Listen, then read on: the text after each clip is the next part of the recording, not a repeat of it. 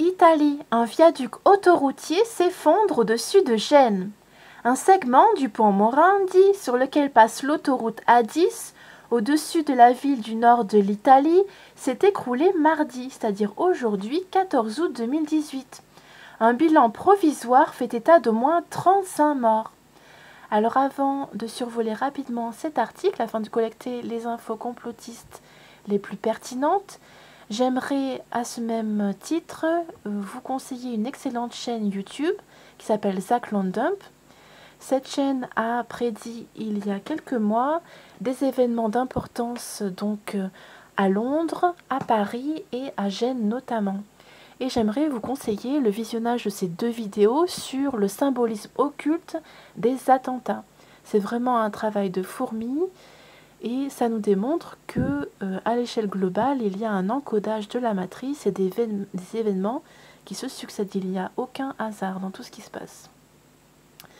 Donc je vais survoler rapidement puisque c'est très généralisant ce qui est écrit, même si c'est passionnant. Défaillance structurelle du pont. Donc on nous donne les dates de création du pont.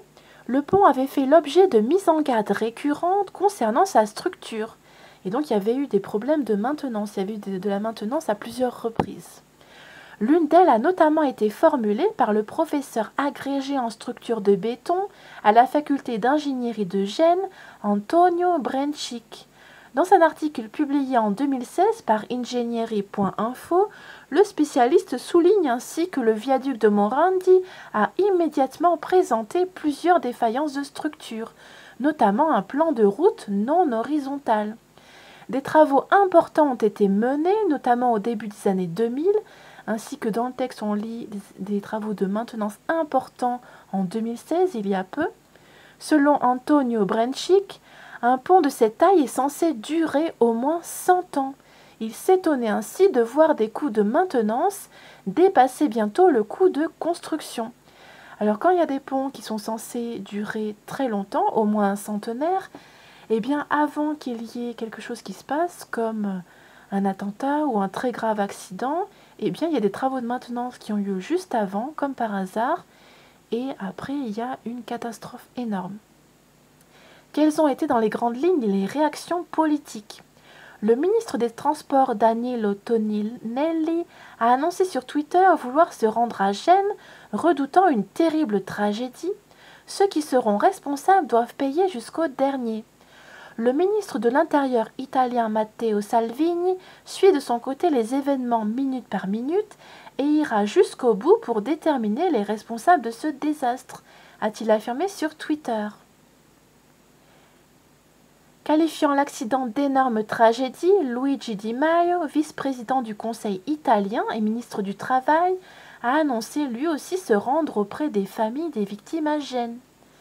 Au terme de la conférence de presse de la protection civile, le gouverneur de la Ligurie, Giovanni Totti, a brièvement pris la parole.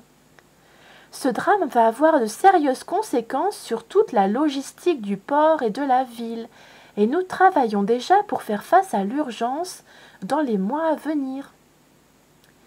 Il a par ailleurs fait savoir que la zone est sous contrôle des pompiers pour évaluer les risques de nouveaux effondrements potentiels. Le chef du gouvernement, Giuseppe Conte, donc c'est celui-là même qui empêche à l'Italie de prendre des mesures favorables au peuple, il est donc à 100% dans l'Europe, lui ne s'est pas exprimé pour l'heure, mais il est arrivé vers 18h30 à Gênes, d'où il donnera une conférence de presse dans la soirée. Donc c'est vrai que ces élites gardent une certaine distance avec le peuple et ne s'expriment pas tout de suite. C'est vraiment ceux qui sont un petit peu donc plus jeunes, qui sont plus dans l'innovation et le contact avec le peuple, et donc les nouvelles mesures qui ont été prises, notamment sur la vaccination, l'arrêt d'accueil des migrants, etc., de Matteo Salvini. Voilà pour les informations les plus importantes sur ce thème. À plus.